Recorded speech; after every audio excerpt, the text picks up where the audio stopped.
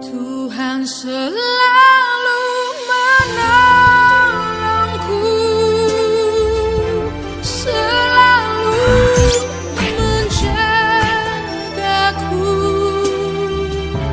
Sehelai di rambutku tak akan terjatuh tanpa seizin. Puji Tuhan. Shalom. Jumpa lagi saudaraku lewat kebenaran firman Tuhan hari ini. Hidup manusia adalah perjuangan. Amin. Bawa catatan, tulis supaya pulang di rumah boleh belajar lagi. Kita akan tetap berjuang mempertahankan semua yang menjadi hak kita, serta merampas semua kekayaan jasmani, kekayaan rohani yang selama ini telah dicuri oleh musuh kita, yaitu iblis. Katakan amin. Ada banyak yang hilang dari hidup kita. Makanya terkadang kita penuh dengan kesedihan, penuh dengan putus asa, karena ada banyak bagian kita yang dicuri oleh musuh kita, yaitu iblis. Nah, perjuangan tidak akan berhenti selama hayat di kandung badan. Perjuangan berhenti ketika nafas berhenti berhembus dari hidung kita. Inna lillahi wa inna ilaihi rajiun. Ya, kita denyut, nadi kita berhenti berdenyut, maka perjuangan akan selesai. Nah, mari kita mulai membahas tentang apa arti eklesia. Eklesia adalah orang-orang yang dipanggil keluar kegelapan kepada terang Tuhan. Namun ada satu arti eklesia yang lebih hakiki, yaitu kumpulan orang yang percaya atau gereja Tuhan.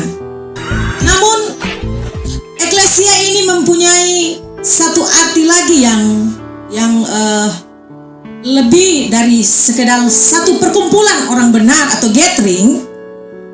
Eklesia berasal dari bahasa Yunani kuno yang artinya berkaitan dengan militer. Amin. Berkaitan dengan militer, yaitu orang yang dipanggil untuk bergabung dalam satu pasukan. Hari ini mau jadi pasukan Tuhan? Amin. Amin. Puji Tuhan.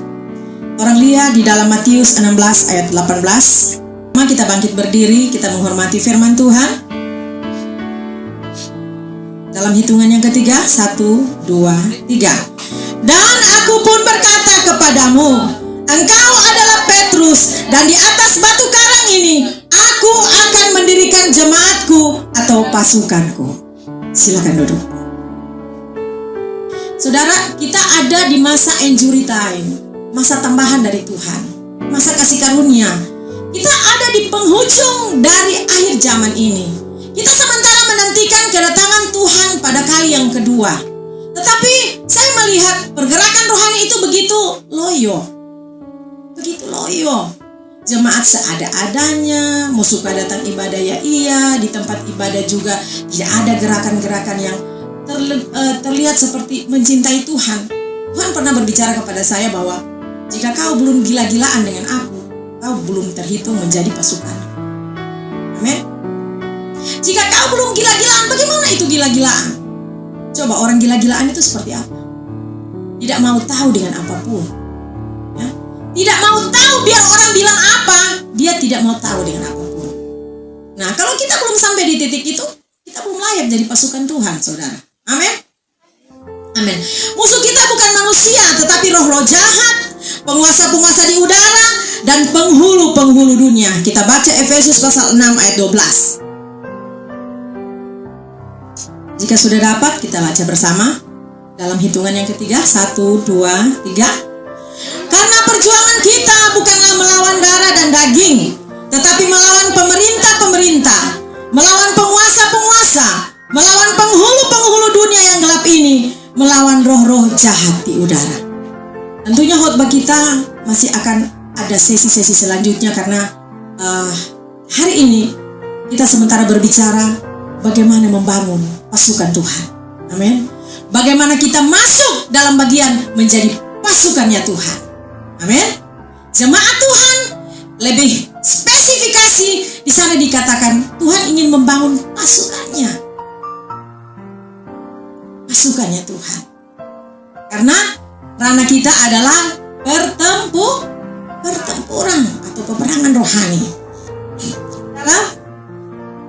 Jika Anda ingin menjadi pasukan Tuhan, satu, Anda harus percaya bahwa menjadi pasukan Tuhan adalah pilihanmu. Aku tengok Om bilang, menjadi pasukan adalah pilihanku. Amin. So pilih toh? Betul-betul so pilih.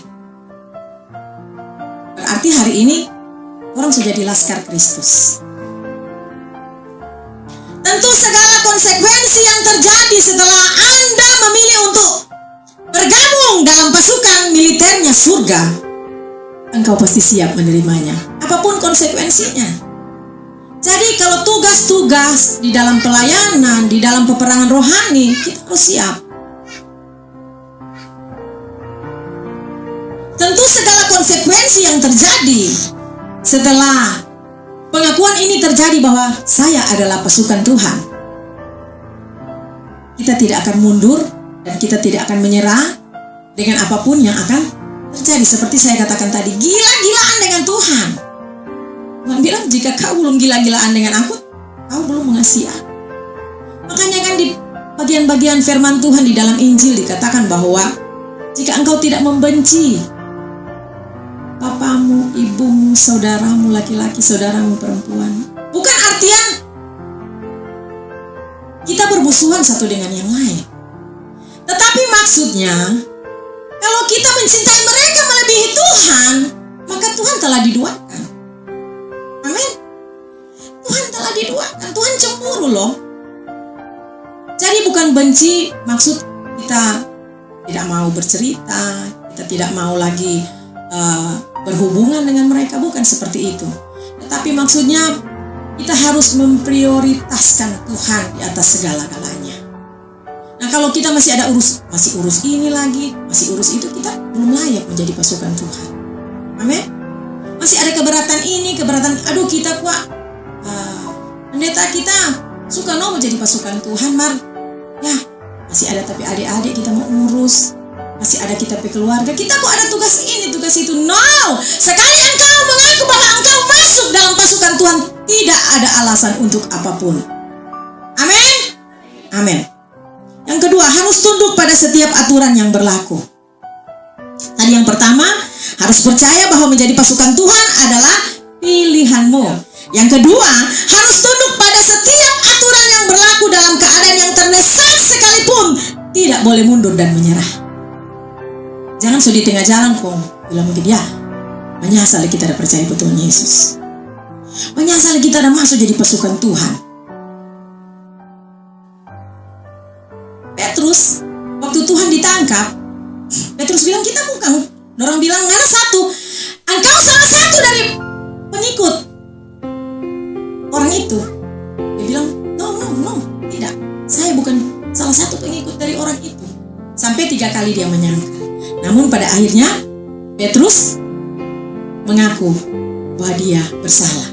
Tapi Yudas Iskariot sampai pada akhir hidupnya dia tidak pernah menyadari bahwa dia sudah berbuat salah. Makanya uang 30 keping perak itu tidak berarti apa-apa dalam hidupnya. Malah dia gantung diri, dia jatuh ke tanah, ususnya terburai keluar. Uang itu tidak mendatangkan sesuatu dalam hidupnya. Jadi kalau mau jadi pasukan Tuhan,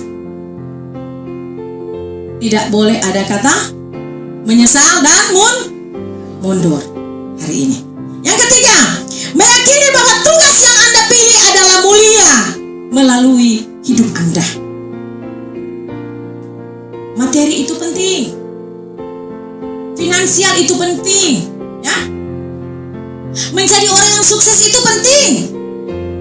Menjadi orang yang kaya raya itu juga tidak masalah.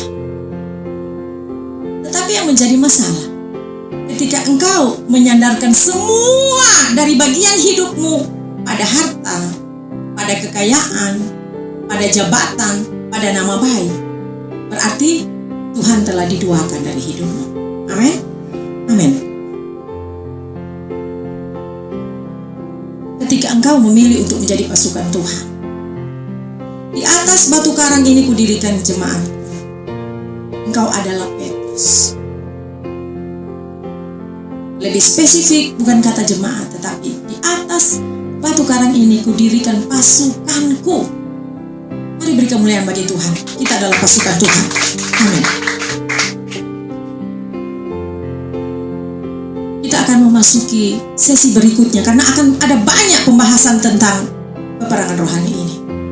Tetapi yang pertama, kita siap menjadi pasukan Tuhan. Siap. Itu adalah pilihan saudara. Tidak ada seleksi yang berat untuk masuk menjadi pasukan Tuhan. Tetapi hatimu berbicara kepada Tuhan. Aku mau Tuhan berdiri atas bangsa ini. Aku mau Tuhan berdiri atas dunia ini Tuhan, untuk memenangkan 5 miliar jiwa bagi Tuhan. Dengan doa, dengan kesaksian, dengan penginjilan, dengan apapun potensi yang Tuhan beri bagimu. Mungkin engkau berkata, kalau kita bukan pendeta dan engkau bisa memberi buah dari kehidupanmu kepada banyak orang. Sebagaimana Rasul Paulus berkata bahwa bagaikan surat yang terbuka yang dapat dibaca oleh banyak orang. Tentunya tidak semua orang bisa naik di atas mimbar untuk berkhotbah menjadi seorang pendeta, seorang gembala, seorang guru, seorang penginjil, seorang pengajar, saudara. Tetapi hidupmu itu berarti ketika engkau memiliki komitmen untuk menjadi pasukannya Tuhan. Saya adalah bagian dari pergerakan di atas dunia ini, menjadi prajurit Kristus, menjadi pasukan Tuhan. Maka harga mati. Hidupmu menjadi public figure, dilihat oleh banyak mata. Amin. Ketika menjadi public figure, tidak ada yang terselubung dalam hidupmu. Amin. Jadilah kesaksian. Tidak perlu engkau tampil muluk-muluk dengan berbicara hal-hal yang terlalu spektakuler.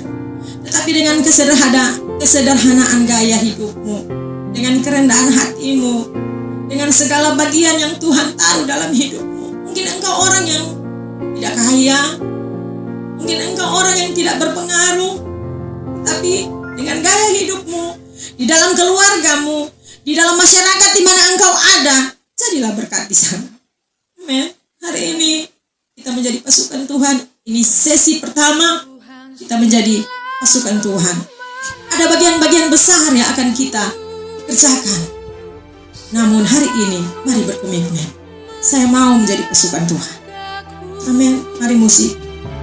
Sehelai di rambutku tak akan terjatuh tanpa seizin